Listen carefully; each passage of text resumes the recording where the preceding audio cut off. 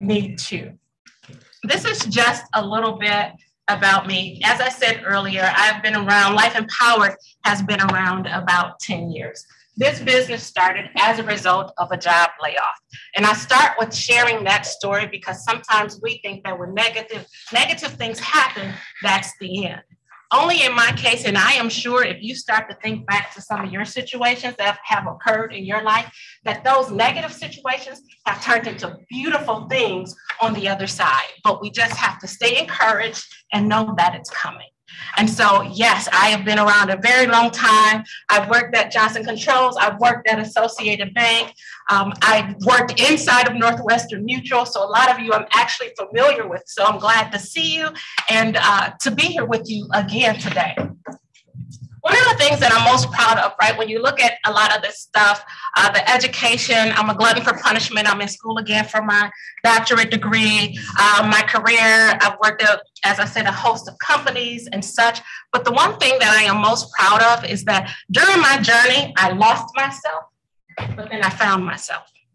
And in that losing of who I was, I had to go through the work of finding me.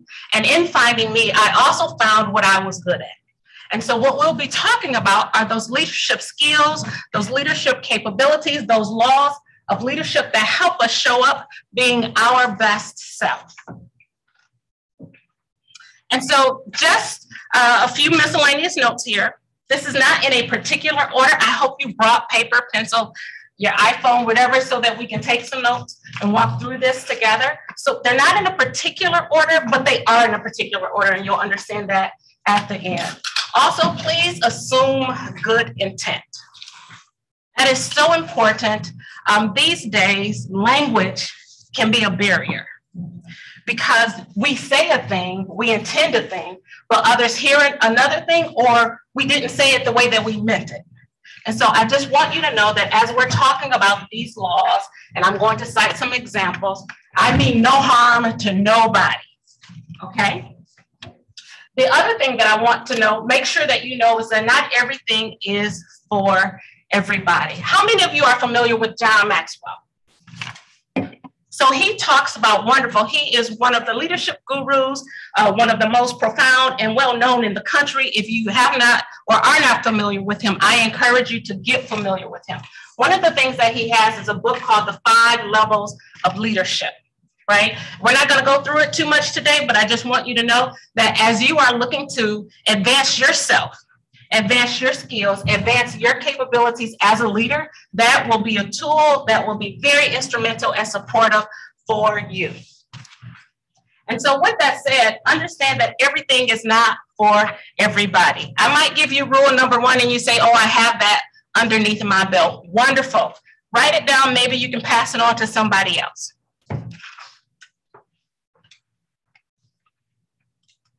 So very simple agenda for today. I like to start with leadership myths. And then we're going to talk about leadership laws. And then I'm going to offer you a few recommended resources. And then I'll give you my contact information. So very short and sweet, and we're going to jump right into it right now. Now, we know, all of us, as I listen to your introductions and your titles and the kind of work that you do, we know that there are some misconceptions about the role of a leader. Now, I have some that I want to talk to you about, but I want to hear from you. What is a common myth that you believe that we need to debunk as leaders? Leader has all the answers. Leader has all the answers. Absolutely. How do we debunk that myth? Admitting you don't know something. Admitting that you don't know something. Absolutely. Admitting that you do not know. What else? Leaders never make mistakes. Leaders never make mistakes. That's a good one. I meant to agree. Leaders have a specific title. Leaders have a specific title. That's good. What else? Leaders have to be a certain age. Leaders have to be a certain age. Absolutely. That's really good. When we think about leadership and we hear these myths, I ask, how do we debunk those myths, right? How do we debunk those? One, to say, I don't know.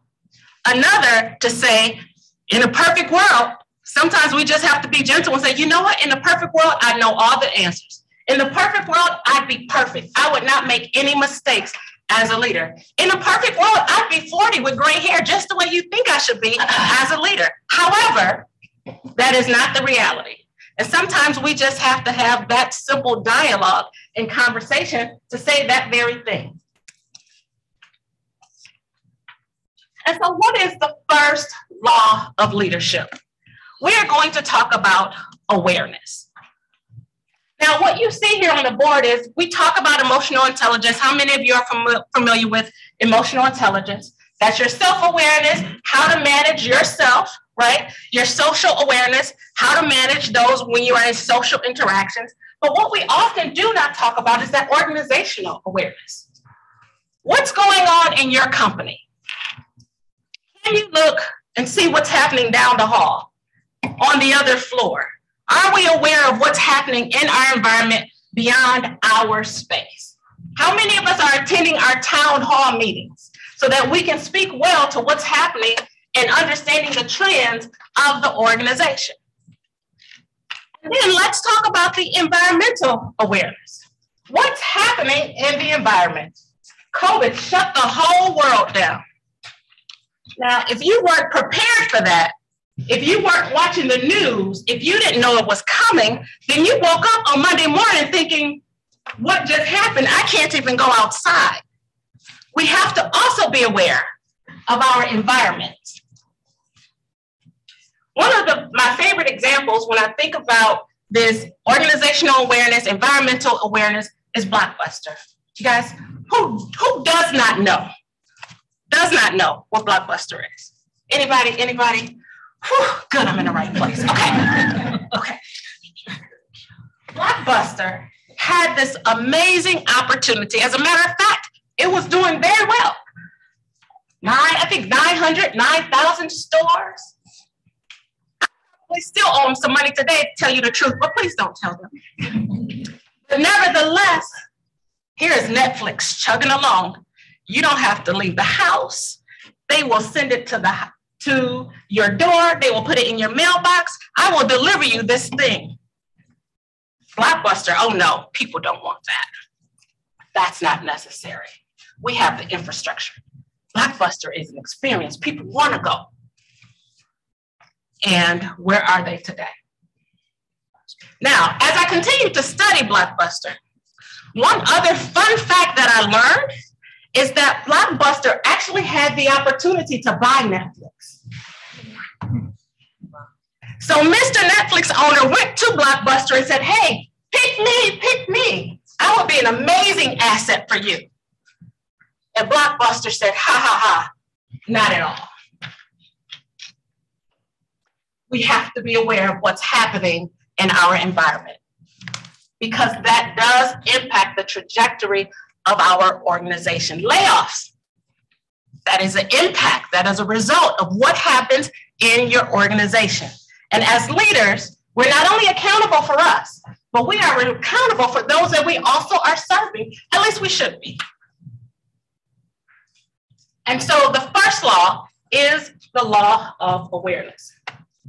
And that means that you don't have to know it all, but you have to be attentive enough to know that something is happening so that you can be prepared to respond. Okay? So when you hear people say, I'll cross that bridge when we get to it, that at least acknowledges you know that there's a bridge coming. Some people are not even having that conversation. And that is what we need to make sure that we're working on. So first law of awareness. Second law of vision. Now, as leaders, we want people to follow us. We want people to do as I say. In my mother's words, it was do as I say, not as I do. Has anybody ever heard that before? Do as I say, but not as I do. But in leadership, understand that the people that are around you, they are a reflection of who you are and what you do. So whether you believe it or not, Whether you like it or not, whether you appreciate it or not, they're going to show up how you show up. They are a reflection of you. And so when you think about this law of vision, I have to be honest with you. I have a hard time following people when I don't know that they know where they're going. How many of us want to follow somebody blindly? I'm just going to go, well, that's what they said, so I'm just going to do it. So as leaders, we have to have a vision. What is your goal? Have you thought about your department? What should it look like by the end of the year? What do you want to see accomplished at the end of just this year, at the end of this quarter, at the end of this month? What do your milestones look like? And have you checked them? How are you doing on achieving those goals? And let me say this about vision. Vision doesn't matter if the folks don't like you. If they do not like you, they do not care about your vision because they don't care about you. And that's a hard truth. That's a very hard truth. If I am only coming to work just to get my paycheck, it's going to be real hard for me to work an extra hour so that the company, the department, the team can achieve their vision. And so when you think about the leader and when you think about the vision, we buy into leaders. You bought into your leader. And so if you don't have that buy-in from your team, that vision is going to be very, very difficult to execute. So now, do you guys know Deion Sanders? Coach Sanders, I mean, he's really popular right now, right? Because he was doing so well with Jackson State, and now people have turned on him because he's going over to the other school. But nevertheless, in 2019, the stats for the school was 4-8, for the football team was 4-8, and then for their conference play was 3-4. 4-8 and 3-4. In 2020, it was 4-3 and 3-2.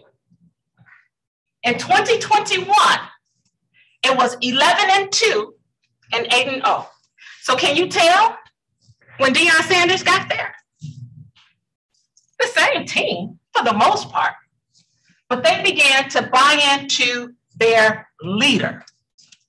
And because I trust you as my leader, and I feel like you have my best interest in mind, I am going to do everything I can to help accomplish this vision. And that is what leadership is.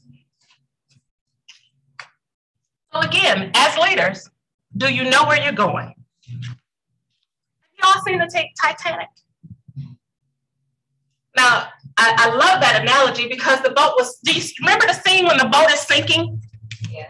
And they're still playing the violin like nothing? Who wants to be on that sinking ship? And when people feel like they are on a sinking ship, decisions will be made very quickly on how they're going to support you, how they're going to get off of that boat.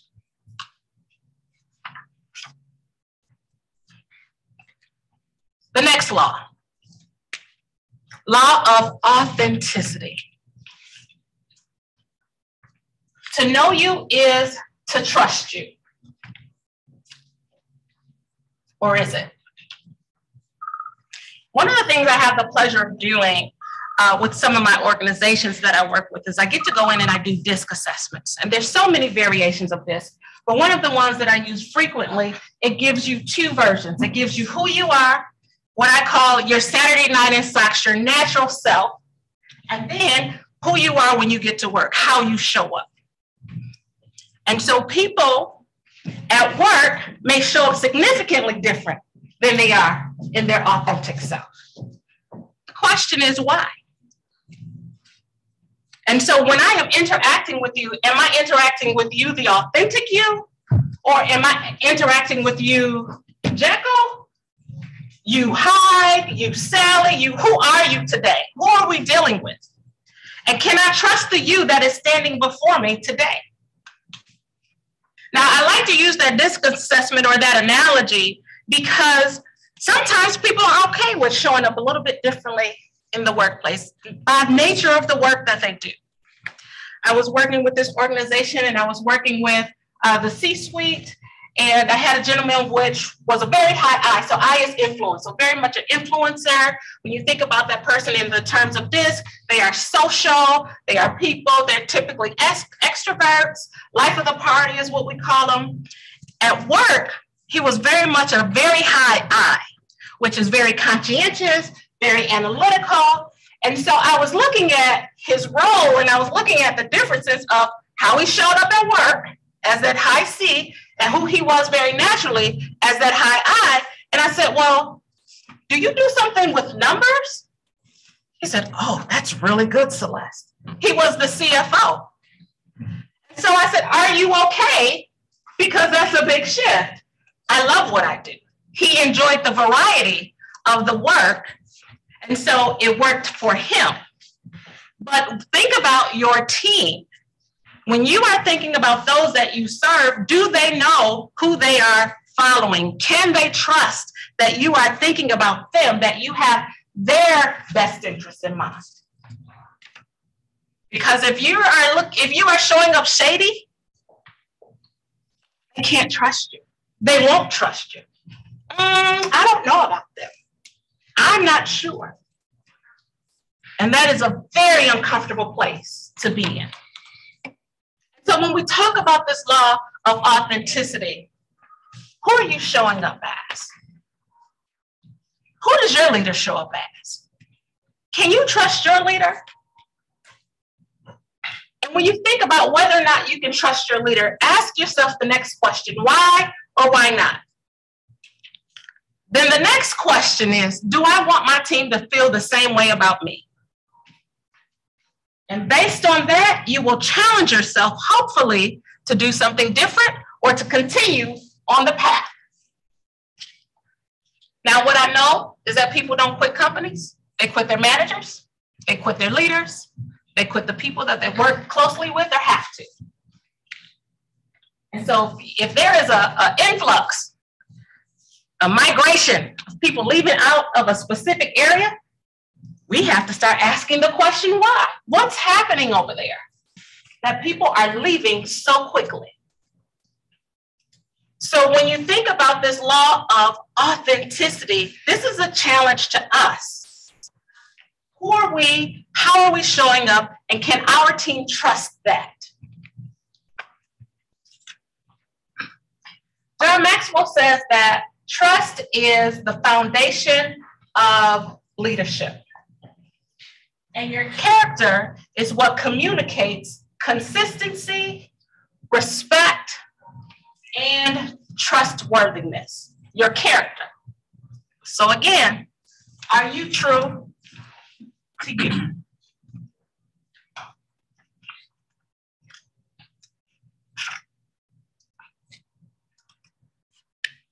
The next law. The law of innovation.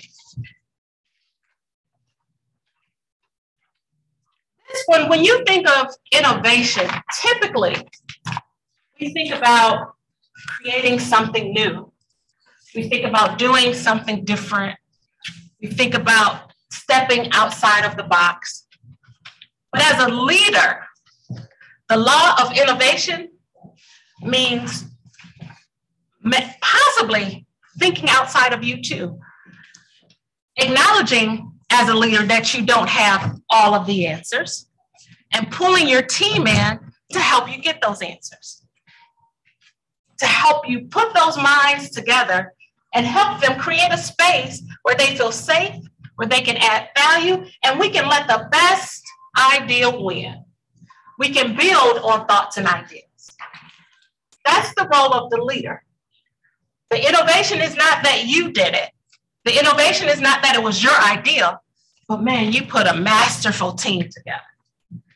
Deion Sanders is not out there playing football, but the team he put together, he made it happen. And according to Steve Jobs, innovation is the ability to see change as an opportunity, not a threat. And so some of the feedback that I've gotten in working with some of my clients is the conversation around the leaders are holding things close to their chest.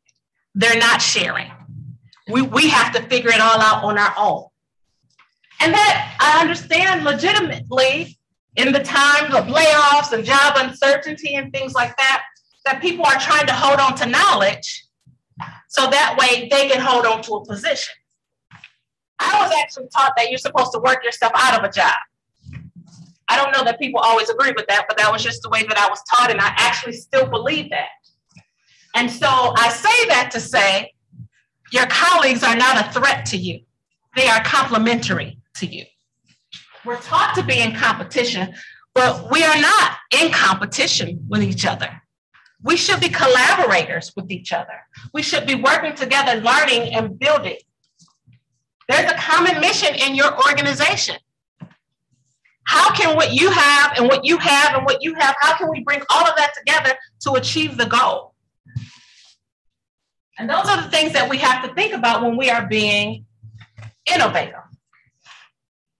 Now, the word that I said, or Steve Jobs said, is to see change as an opportunity.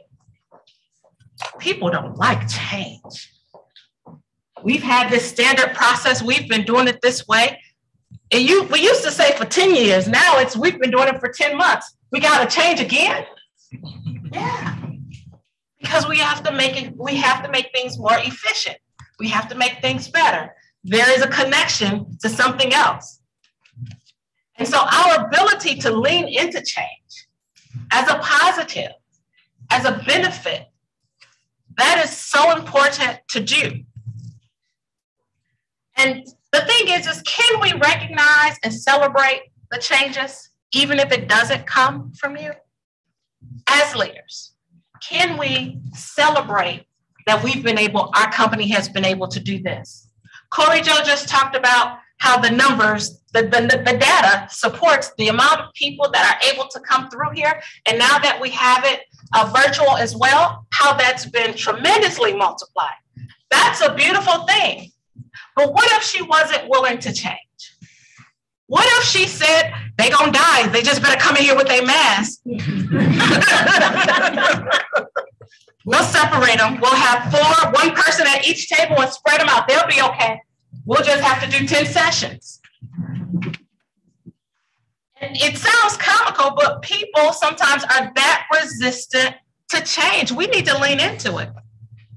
We were just having a shoe conversation over here, and I have to tell you, I used to go wear shoes for hours and hours and hours. Yeah, the way my life is set up today, I've changed. Things change, and we have to be okay with that. We have to be able to adapt. We have to be able to pivot when necessary.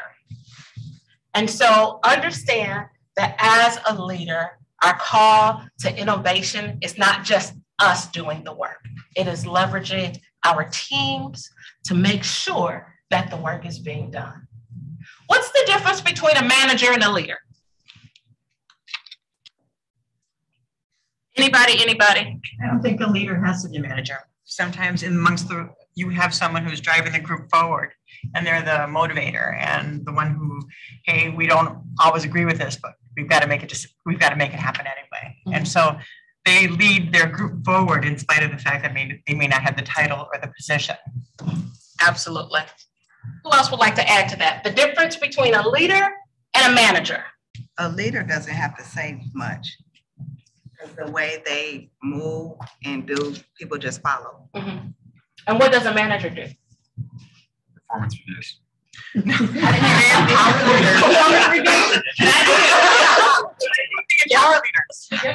Go ahead. Would a manager be a person who just manages what's already going on, and a leader is a person that is constantly making something new? Absolutely. Go ahead. A leader wants to build up everyone around them. Mm-hmm. Where a manager is just overseeing what is going on, but a leader sees potential in others and wants them to go for that potential. Absolutely. A manager has a title and a leader doesn't need one. That's good. That's good. Would anybody else like to add to that? Did I hear that's going to be on a t-shirt next week? Y'all hit it right to me. Manager is one that's making sure that everybody's doing what they're supposed to, but a leader doesn't really need to do that. They just trust in what their team is doing. Absolutely. See, but I look at a manager as someone who also provides the resources so that their team could be successful. That's, you know, and develop the leaders within their team. Did anyone else want to add? I think the biggest one is probably that a leader inspires those around them to, you know, do what's needed. A manager may or may not. Yeah. When you think of a manager, the manager is making sure what's been established continues. So performance review is a perfect example of a manager's role. Now, when you get to a certain level of leadership, you do your own review. And your manager, who is not a manager, they're a director, they're a VP, they're whatever, they just look at it and approve it. They might put a couple comments here or there, but they're not doing the work. You're doing the work. A manager makes sure the processes and the policies are followed and established. The leader sets the policies and processes that are being established. They are looking for the areas of efficiency. They are expiring, they are influencing, they are making sure that the resources are there and available so that the work can be done. And once they set the vision and you trust your leader, people will generally follow. The manager's doing the checks and the balances. They're doing the reviews, they're doing the data research, they're pulling the information to make sure it's happening. But understand that there is a difference between a manager and a leader. And guess what? You don't have to have a position. You don't have to have a title to be a leader.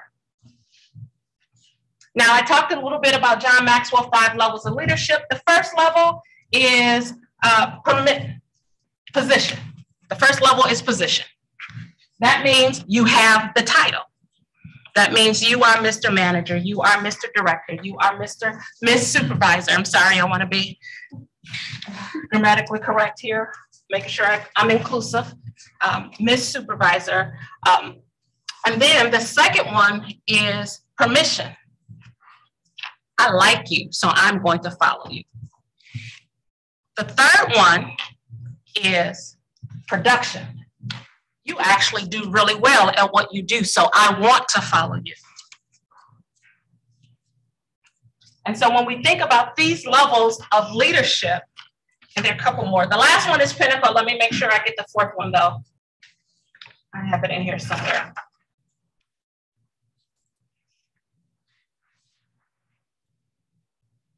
Production.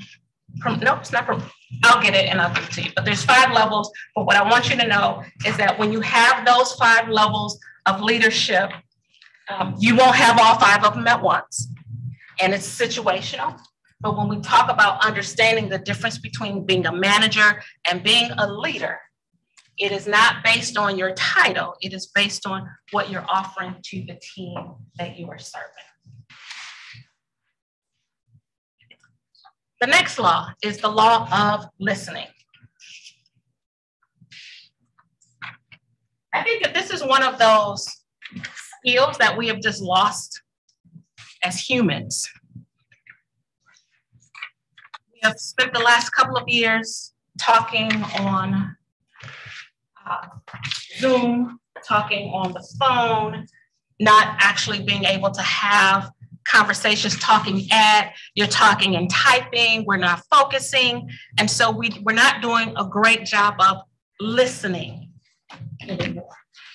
But what's important about listening is that we have to listen to what's being said and what's not being said. We have to listen to the buzzwords. We have to listen to frustrated.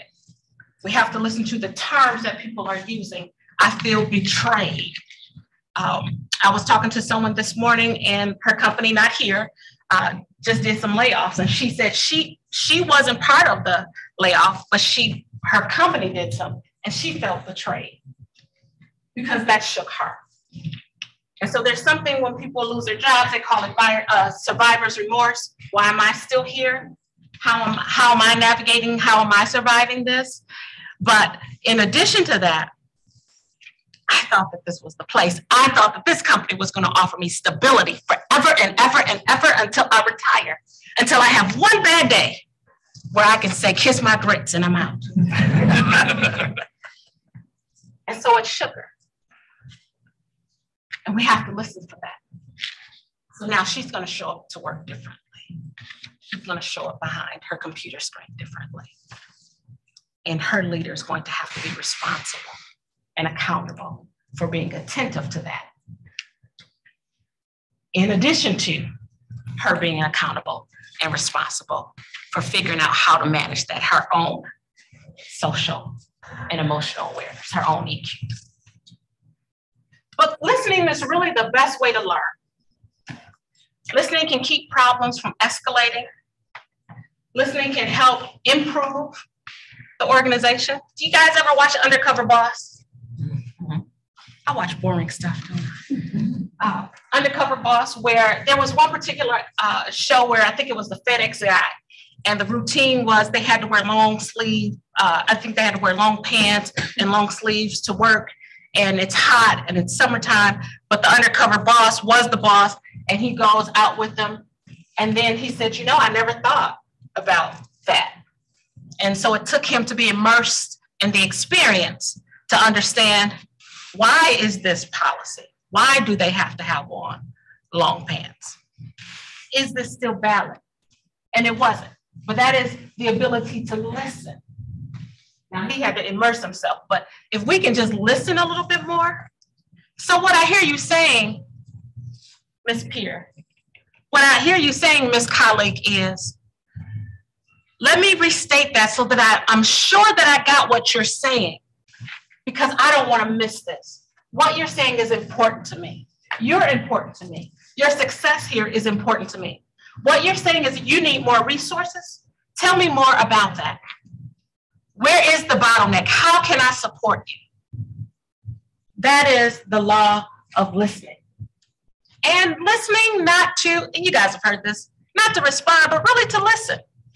And then to say, gosh, you've given me some really good things. I'm going to think about it, and I will get back. Now, this is where the leadership strategy or the leadership acumen really comes into play. You actually get back to them. You honor your word, because that's where we trust you at. That's where we can follow your vision. And so we want to make sure that we're implementing this law of listening. It's tough to see body language through the screen, though, isn't it? And so what are we doing about that? Throwing down, blacking our faces. But that's an acknowledgement. Mm-hmm. That's an acknowledgement that you're thinking about something. Tell me what you're thinking. Sometimes we have to repeat time and time again. This is a safe place. I want to hear what your thoughts are. And maybe you can't even do it on the phone in the meeting with everybody. Maybe it is right after the meeting. Hey, I noticed that you jumped off. I noticed that you went black. Mm-hmm. Tell me what your thoughts were. Tell me where you were struggling. How can we help you? That is the leadership's role. Now, I know some of you are probably thinking, don't nobody have time for all that.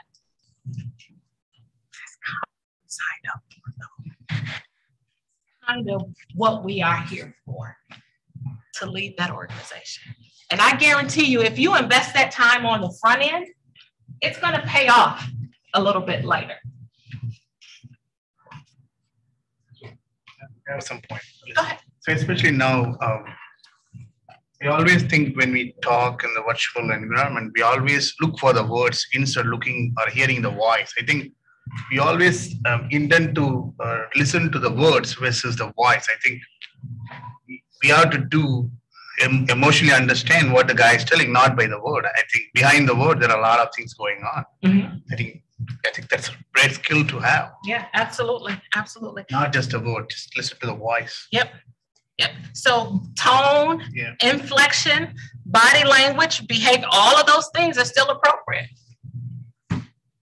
The last study that went across, that I came across, is said 92% of what people say is not in words. 7% is words. 92% is body language, tone, inflection, and all of those things. So I can hear the 7%, I can hear the words, but I can see your body language. I can see you roll your eyes at me. I can see that. Just tell me what you're thinking about. You don't have to roll your eyes at me. Well, what's interesting about that is that we want that for people, but they don't feel safe. How do we make our folks feel safe? And then they are in, we have these positions, these positional gaps, where you're the director and I'm the analyst, I'm the intern. So I know I'm just an intern, but I've seen this 10,000 times over. If you do it this way, it's going to be a mess. But the VP knows everything. The VP wants to shine. So have we created safe spaces for everybody to have a voice? And those are things that we have to think about. How do we create space? Now, what have you guys done before to create safe spaces for your folks? I was gonna say it's also in the silence, because there are cultural differences when you're dealing with international. And it's a different thing when you're not in the room, because you can't read other people on verbals, nonverbals, because I know me, we never turn on our camera, so we'll never see. So I think sometimes in the silence, you have to read what's not there. And to your question, the way that I've done that, especially if I know it's an international barrier or an age barrier, I do one-on-ones. So I'll do one-on-ones and I have the conversation, and then they open up, because now I don't have to be vulnerable in front of everybody. I can be vulnerable in front of one person. And then I've even when we come together, I, represent what they said, and then it feels more comfortable. And then eventually they open up. So I think that's another thing, is just to be, hearing somebody talk, maybe, so what do you think? But even if you do that, sometimes some people feel like they're on the spot. So it may take that one-on-one, or, we're virtual, so the chat works. Some people can write it better than they can actually verbalize and say it. Absolutely. And we actually are starting to have the reverse issue, because we've been virtual for so long. So now we come into rooms and we just look at each other. Because we're not accustomed to being out. Go ahead. Some of it is also being comfortable with silence. So I have a theater background, and if you're doing a comedy and you don't give time for people to laugh, they'll stop laughing. They will. There's a phrase called holding for laughs, and the more you hold for laughs, the more people will laugh. So we don't like silence. We will do anything to fill it. We'll ask a question and answer it. So it's doing things to say, I'm going to be okay with silence. Because if I fill it, I'm not listening. Absolutely. I used to have a big sign on the back of my door when I was a tutor just a few years ago, of course, many years ago, that said, listen, because it's not in, I will fill that. I'm still filling silence. I'll stop talking in a second. But it's telling yourself I'm going to be comfortable with silence. And maybe if you're having a difficult meeting or a difficult conversation with your team, saying, I'm going to be comfortable with silence. Absolutely. Let you be comfortable with it too, until someone is okay with talking. Absolutely. Absolutely. So anything else? Yes. I've come into situations where not everybody is comfortable voicing their opinion right in the middle, and then you have over talkers. So when there is a long enough silence, I actually take a pause and I actually pay attention to all the people who have not said anything and ask them if they want to say something, or if they have, that way they can know that I am listening and the door is open and the floor is theirs. Absolutely. That's really good. Absolutely. What else? What are we doing to make our folks feel safe? I think that's very true what she said. Even in the meetings, people not always open up. And even though they have a concern, if I raise this concern, maybe I may get problem or trouble, right? So I think I usually in my meetings, team meeting, I pause for a moment and I'll say, is there anything else anybody want to contribute? I think that pause moment, people have an opportunity to think about what they're gonna say, they open up. I think that's like a trick I play. I couldn't say a trick, but this really works. That's the way human mind works, I believe. So pause for a moment and still ask for it, even though they don't have anything to say, and reiterate the word. Is there anything else you want to input, or you want anything else you want to give? Then that open up the spot and people talk. Absolutely, absolutely. You look like you have something to say. For me, you know, I was just thinking, I think for me, I reveal something personal about me to give people the, to make them comfortable to reveal something about them. So if I know that they're uncomfortable with something, I'll mention that, well, I'm not comfortable about, you know, X, Y, and Z. Then they feel comfortable sharing too. So I just kind of reveal a little bit, you know, about me and my discomfort about things. Absolutely, that's a The really good vulnerability, strategy. right? The vulnerable. Yep, that's a really good strategy as well. Yeah. So you guys, you heard there's a bunch of good ways to make sure that people are feeling safe. We want to make sure that we are doing that for our folks, because then we can hear them. And I know as leaders, I have given you a lot of responsibility today as we are navigating these laws. But I believe that our success, their success is also their responsibility as well. They are also accountable for their own success. But we also have the role as leaders to create that environment for them, to feel like that they can be successful and that they can communicate. And so it's important that we are listening to them. So this is fun. Does anybody have a really, really horrible leader they'd like to share? Talk about and somebody raised their hand. I love it. I had a former boss who, big first one-on-one, yeah, that's why I'm sharing, former boss. One-on-one, I'm discussing a new hire, my issues, the problems I'm having with some software, whatnot. He's like, hey, let's go for a walk in the woods. We go for a walk in the woods. There's a trail behind the company. That's not the weird part. So it's not the weird part. So, and then I look over, I'm like, are you playing Pokemon Go right now? And his response is, don't worry, I'm also listening to your problem. Wasn't heartbroken when he transferred out. Anybody else? Anybody else? A really horrible boss. I think I had leaders who always give overcommitment, right? If they want something to be done, they make you feel like you are on the top. But as soon as the job done, they put you down to the ground level. Not only ground, they go to the deep, you know? Why do you do that? Why do you need to change your leadership in such a way? Just be normal. Don't just keep me hype. Oh, you are great, and suddenly. And then completely disregard. Yeah, that's interesting. Yeah. So tell me, okay, so you guys didn't want to all confess. I appreciate that. I respect you. But now tell me, oh, did you have your hand? One of my former employers, they hired a new head of the company. The head of the company decides to reshuffle the organization, not tell anybody what's going on. And 1 year after they start reshuffling, they hire new people, still don't tell people what's going on, and titles change and new bosses are changed, and the people who get new bosses have no idea that they got a new boss, and vice versa. And the boss no longer realize, and the former bosses don't realize that that their subordinate is no longer their subordinate. That's a huge issue. That feels like a communication problem. It feels like there's some violations there. But when you think about those situations, these are important to think about, because what did you learn from them? You learned something, what not to do. And so when you think about the law of education, your legacy begins with education. What are you teaching your folks? Because they're watching what you do. Now, think about the team that you're serving.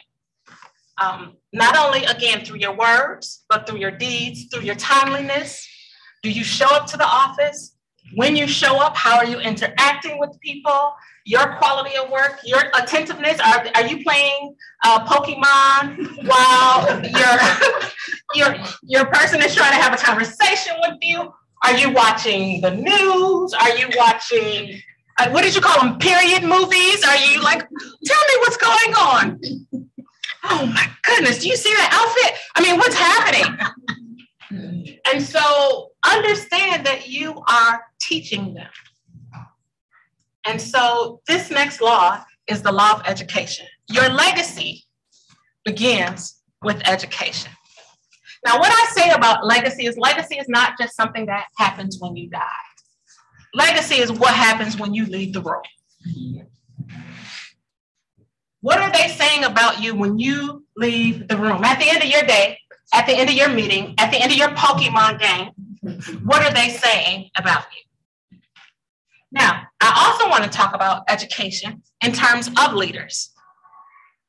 You can't pour into people if you don't have anything to give.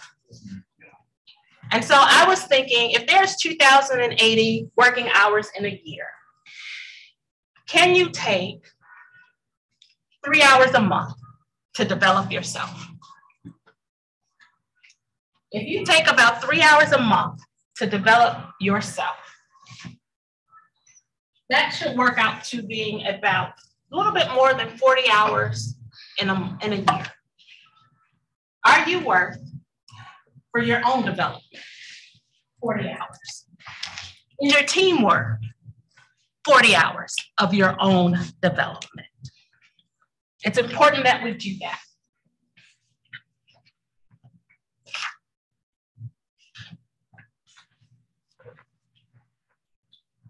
The law of being relational. There's no doubt that relationships matter. I think I just saw a stat that 75% of people found jobs because of somebody that they knew. Not because they applied to the job, they were overqualified, because they were qualified, but because they knew somebody. So when I say that relationships matter, relationships matter. And I'll say this to you. If you do not treat the janitor, if you do not treat the facilities management person like you treat the CIO, then you have work to do. Now, somebody is saying, why did you say CIO and not CEO? Because the CIO holds the keys to all of the technology. And if they shut your computer down, you can't function anyway. So you want to stay on their good side. But conversely, the facilities management has the keys to the building. They know the heat control, they know the air control. These are people you want on your side. So you want to make sure that you treat that person that runs the facilities, that CIO, and everybody in between with the high level of respect. Why? Because relationships matter. And guess what? In this type of work that we're doing now, we're not local. Everybody's not coming into the office. And so it's not just about your team. Now we're talking broader. You talked about international. Now we're talking about networks of folk. We need everybody together, working together to get things done. It's not just your people, your microcosm, your department. We are cross-functional all the time. And we need to make sure that we're treating everyone as such, because you never know when you'll need them, because you will. Now, I said 7, and we have 8. But this is the last thing about relational. When you are a connector, when we talk about relationships, your focus is on the relationships. It is focused on being horizontal, which is the bridge, bringing people together, looking for that cooperation, partnerships, and consensus. Now, consensus isn't that I agree with everything that you say when you say it, how you say it. But it does say that we have a common goal and we're going to work together to make that happen. We agree on the mission. We agree that we want to make the world a better place. And we're going to work to make that happen.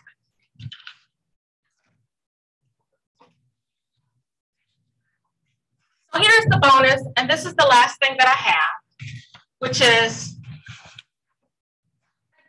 6:30 is my time, right? We have the room until 7. So Okay. I told that everybody in here is expected to be here till at least 7. Oh, wonderful. All right, yeah. No, I'm kidding.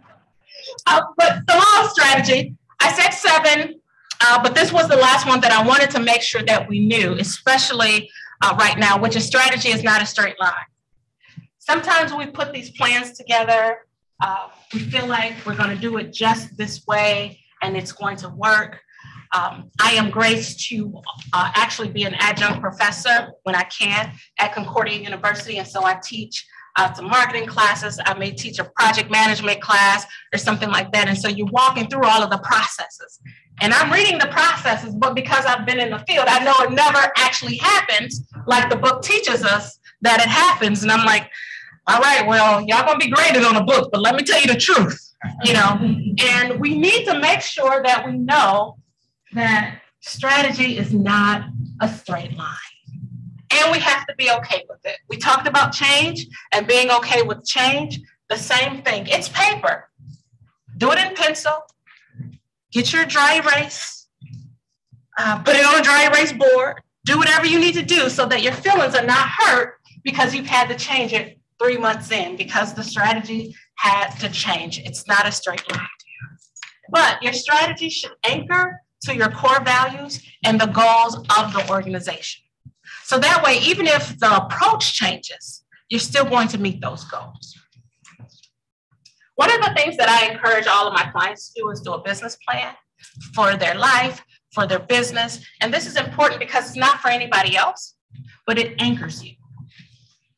When you are a small business owner, even when you're running a department, you're going to get a lot of people say, oh, you should do this, or you should do that, or you can do this, or you can do that, until you get all these ideas and they sound like they're really good ideas in the moment. But when you have something that you can go back to double check, like that is a good idea, but that doesn't really align with my core values. It really doesn't align with the goals that I've set for the year. It gives you something to hold on to. And so knowing that strategy is not a straight line takes a lot of pressure off of you. So I said that it wasn't in any particular order, but it kind of is. And the reason why is because as you walk through and you see all the letters, it's actually an acronym for availers. And what that says is that as leaders, as availers, our role is to serve. Our role is to make everyone else's job better. Our role is to not be a bottleneck, but to open up whatever the gaps are or whatever the challenges are so that the organization and those that are working with you can flourish. So now what questions, and I appreciate all of your dialogue, but are there any questions for me? What questions do you have? You know, you had said earlier that who I am, I mean, generally speaking, who we are in our living room, watching it in our pajamas is different than who we are at work. That's because I'm capable of compartmentalizing my roles. I'm a mother, I'm a wife, I'm a grandparent. My life is different, and I don't like my work to filter into my home and vice versa. There is times that it happens because technically you have to have a work-life balance. Sometimes your personal stuff filters into the workplace, and part of it is, so for me, it's like, that's unnatural. I don't see that as a bad thing. You know what I'm saying? Or that I'm disingenuous. So for me, it's who I am at home is not who I want to be at work. Because I'm more casual and more, I have a drink at home, but I won't have it at work. Do you know what I'm saying? In my pajamas. And I'm a different person at home.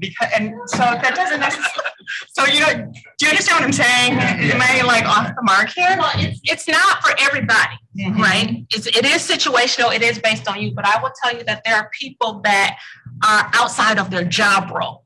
So I gave you the example of the CFO who loved it.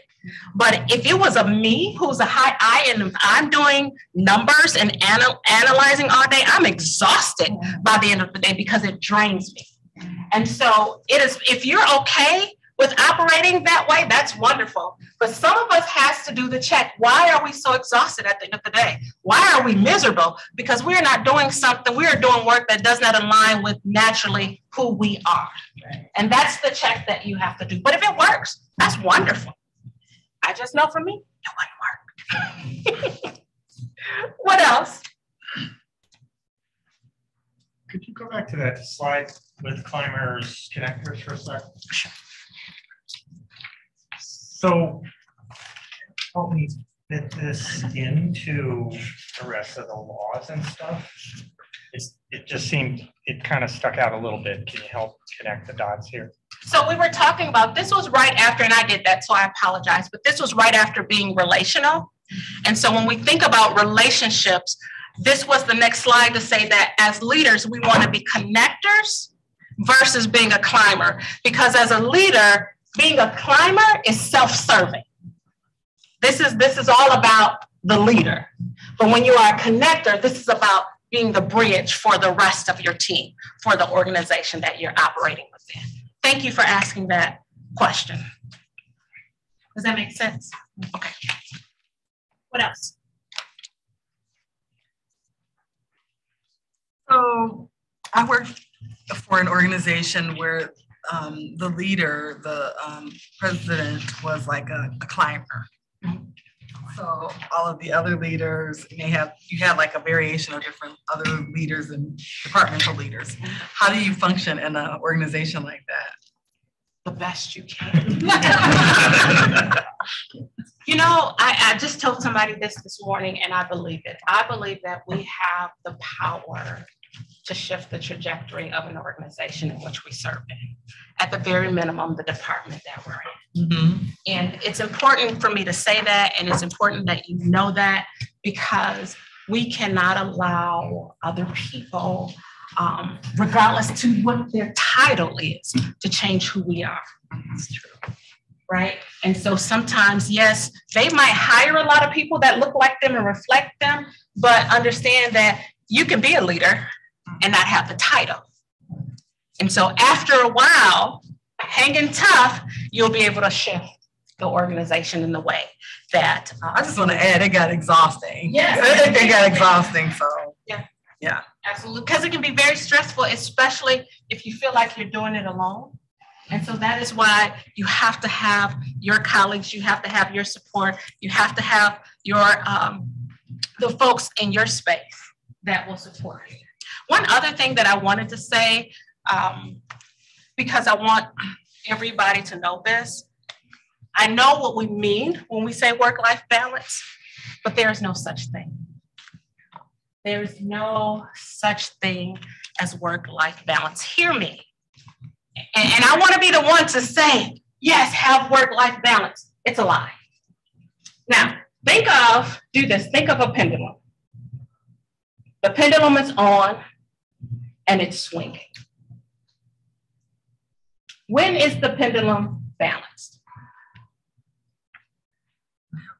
When it stops moving. So if you have balance, you are stagnant and you are not moving. That is not the goal for your life. Now, you might have a rhythm where you're moving a little bit here, a little bit here. There's a week you have to work 50 hours. There's a week you may have to work 30 hours. There's a week that you may have to work 40 hours. But you have a rhythm that's going. Now, where we get into trouble is when we're always over here and we're not swinging over here. And so it's doing like this, but it's coming right back here. And so something is suffering, whether that's your home or your work. But you gotta have movement, guys. You gotta have movement. Otherwise, you're stagnant. And I can tell by the fact that you all are here that that is not your goal. What else? There was a lady at my job who said that our organization needs to redefine what success is. And is it possible for an organization to tell you what success is, or is that a personal decision? I think it depends on what the goal is. And honestly, I think it's an and. I don't think it's or. But what I will also tell you in my own story is that you cannot allow, I would not suggest that anyone allows anybody to define what success is for you. Now, the company can say, oh, you're successful, you're a director now. But if you're miserable, are you really? Oh, you're a VP, congratulations, kudos to you, you're successful. But I can't sleep at night, am I really? And so your definition is your definition. I don't care what they give you. Some things you just have to know for yourself. So thank you for asking that question. What else? God, I'm sorry. I got another one. I know when you were talking about being safe, how we have to create a safe. Is it honestly possible to really be safe in corporate America? Anywhere. Yeah. The answer is it depends, because just like success, how do you define safety? Now, safety can mean, I know the doors are locked when I come into the building and nobody's behind. So it can be physical safety. Safety could be, I'm having a conversation with you and I know that what I'm saying to you, I can't see Angie, is going to stay right here between me and Angie. Safety could also mean that I am in a meeting and I have voiced my opinion and I've been able to just say what I had to say and I was okay with it and no one has looked at me differently on the other side.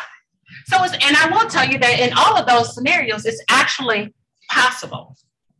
The challenge is with safety right now and vulnerability right now is that sometimes we want companies to do what we won't do for ourselves. We want people to create a safe space, but we don't even trust us.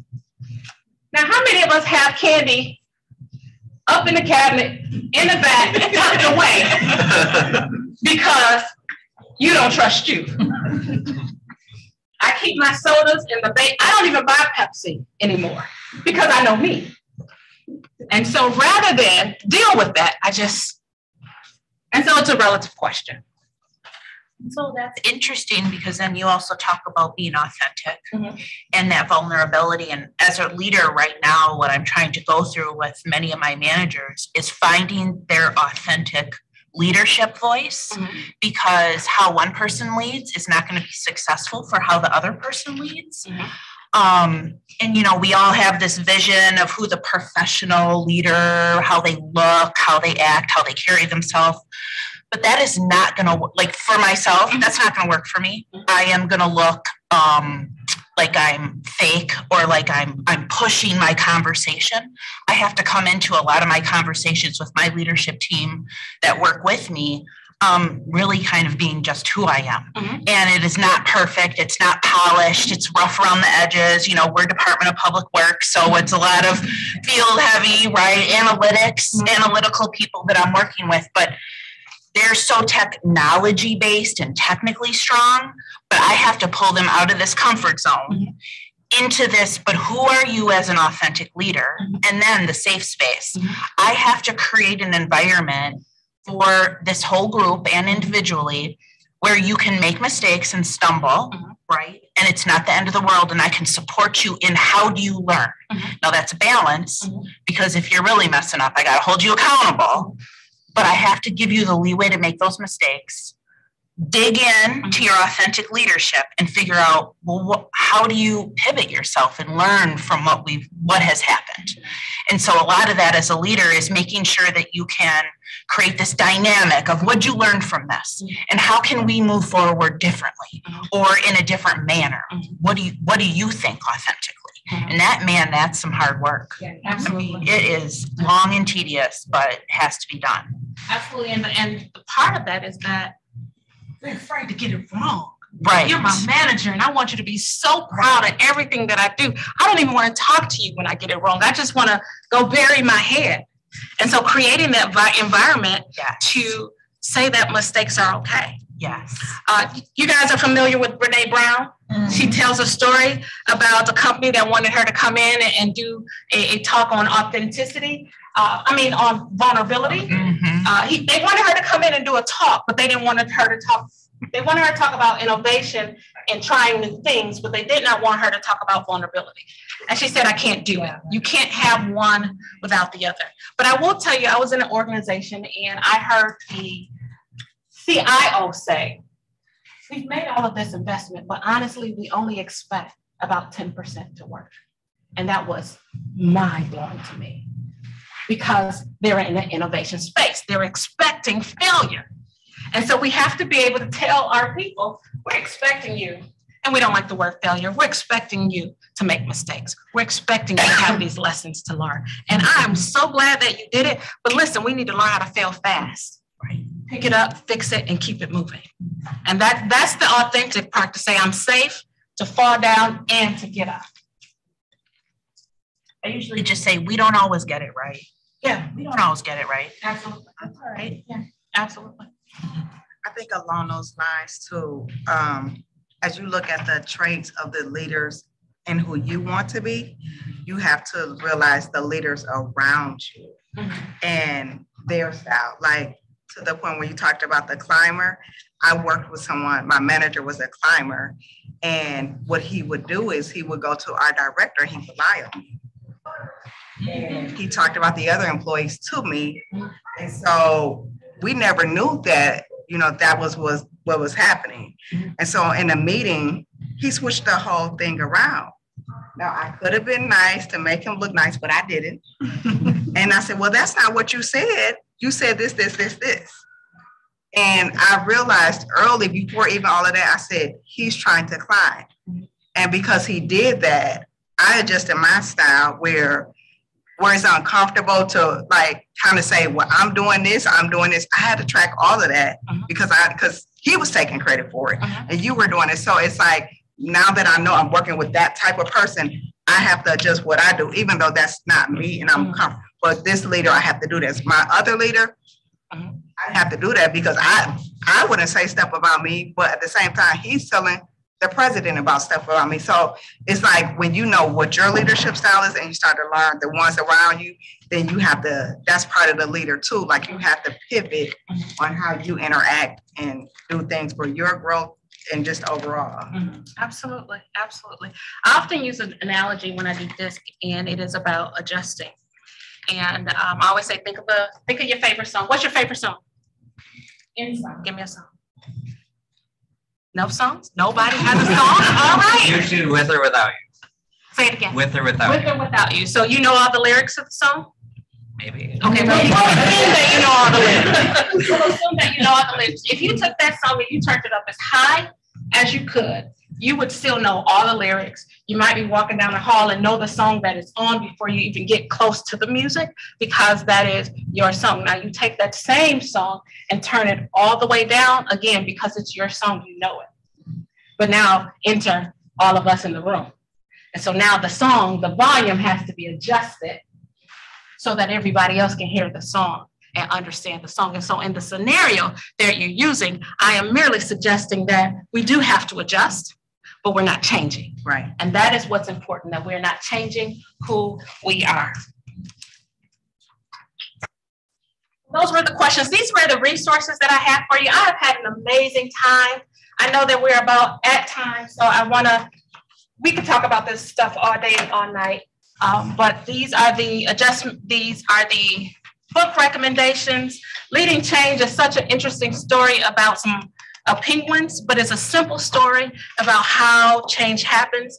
And so it's an easy read. Grab it, read it. Simon Sinek, another one of my favorite folks. So I would again suggest all of these books for you, including the 360-degree leader. Actually, I love all of these on partial. So there's that. So, all right. Thank you so much. Thank you so much.